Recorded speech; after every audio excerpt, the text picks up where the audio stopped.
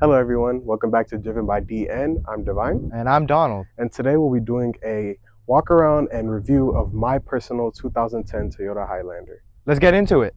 All right, looking at the front end of the car here, you can see a simple but nice design. You can see the headlights, the fog lights, and the chrome grille. Now, the owner of this vehicle has made some modifications to the front end, including LED headlights and yellow wrapped, tinted, fog lights.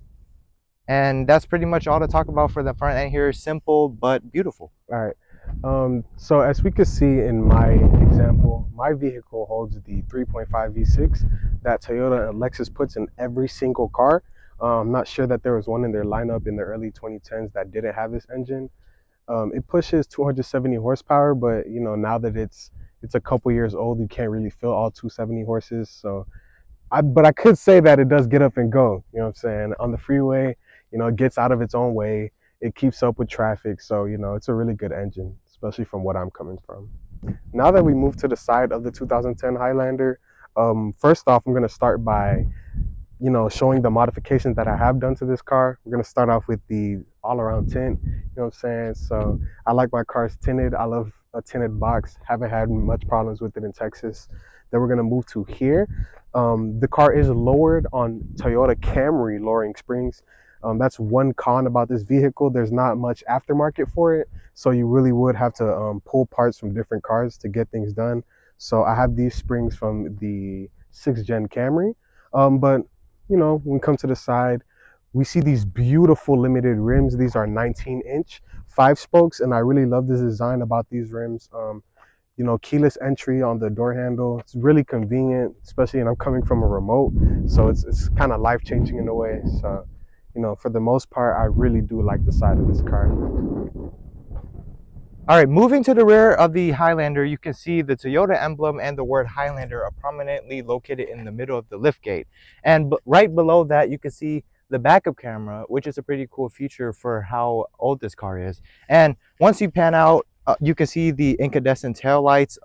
Back in this era, LED taillights weren't really a big thing yet. But if you do look at the third brake light here, you can see that it is in fact LED. Now, moving down to the rear bumper area, you can see there are two reflectors there, and in the middle there is a rather sporty diffuser for a Highlander, and hidden under this diffuser right here, there is a single exit exhaust for that V6 engine.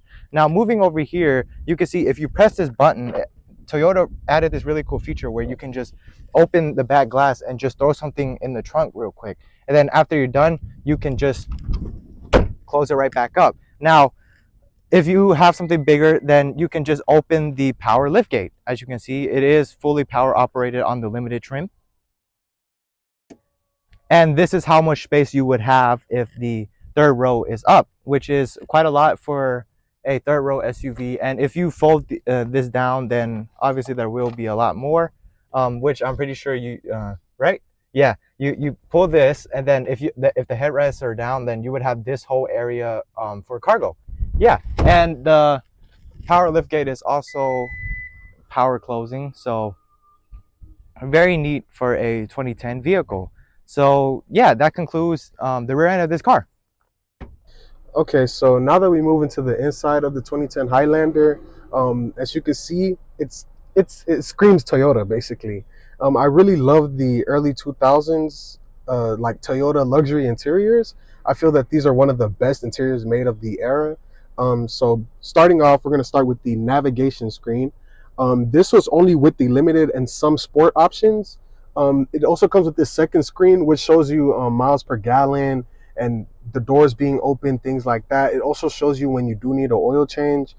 This car does come with heated mirrors and heated windshield wipers, heated seats too, snow mode. So it's just multiple things that really make it convenient to drive this car. It also came equipped with Bluetooth, but that was just hands-free. So if you did want to play music, you would have to get something like this trusty FM transmitter that I have been rocking with for the past 3 years. And yeah, that's pretty much it for the front. So one thing that I did forget to mention was the home link system that this Highlander came with. I believe this was only with limited models, as well as the sunroof controls. And then there's this sunglass holder, which also doubles as a mirror to see your back seat, which is perfect for, you know, families, but also good for a college student like me. You know what I'm saying? To keep an eye back there. But yeah. Now that we move to the backseat of the Toyota Highlander, we can see that it comes with its own independent rear climate control. There's independent vents for the second row, and then there's independent vents for the third row, which could all be controlled independently from this area. So this Highlander comes equipped with an optional 6 or 7 seating. I say optional because this right here could also be removed, and the seat goes right in here. So this is also the middle row if you wanted the middle row, or if you wanted the captain chairs. Either way, the Toyota does it both. That's one thing that really sold me on this car, because I like the look of the captain chairs, but I really didn't like the vehicles that offered it. So this gives you that versatility to pick whichever one you want. You know, there's third row seating. I personally wouldn't put anyone back there besides infants, but you know, if you really do have some small children, I'm pretty sure they could be good back there. So that about wraps up the back seat. So as we conclude the review on this 2010 Highlander, you guys may be wondering why an 18-year-old college student would pick such a odd vehicle for his age group, and the simple answer is I really do love these Highlanders and SUVs. It comes with the, you know, the reliability, the space, the gas mileage. I'm averaging about 19 in city with such a big vehicle. I've never had that happen. My previous vehicle was the first gen Highlander, which was unfortunately totaled, which led me to get this one. You know what I'm saying? So, you know, I really like it. It's a cool car. Some other cars that I was looking at when I wasn't looking at this one was the Acura TL. I was looking at the MDX. I was looking at the Pilot. And this was just the most like perfect all-around car in my opinion. You know, the V6, the reliability, as I said before. So I just really couldn't go wrong with the older Toyota.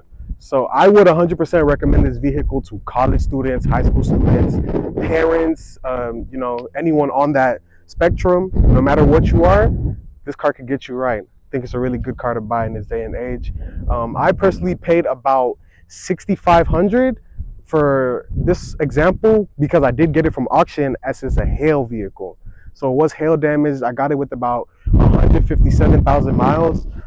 It currently has 161, and I had it for a little over a month to a month and a half. So yeah, that's about it. It's a really good car, and I hope to keep it for a really long time. And that, folks, concludes the review and walk around of the 2010 Toyota Highlander Limited. We want to thank you guys for watching. If you watched all the way through the video, you know what I'm saying, leave us a thumbs up. You know, these videos do take a little bit of work, so you know, we're trying. Next week we're hoping to have an even better video out for you guys, but you know, up until then, you know, that's about it. All right, we'll see you on the next one. For sure.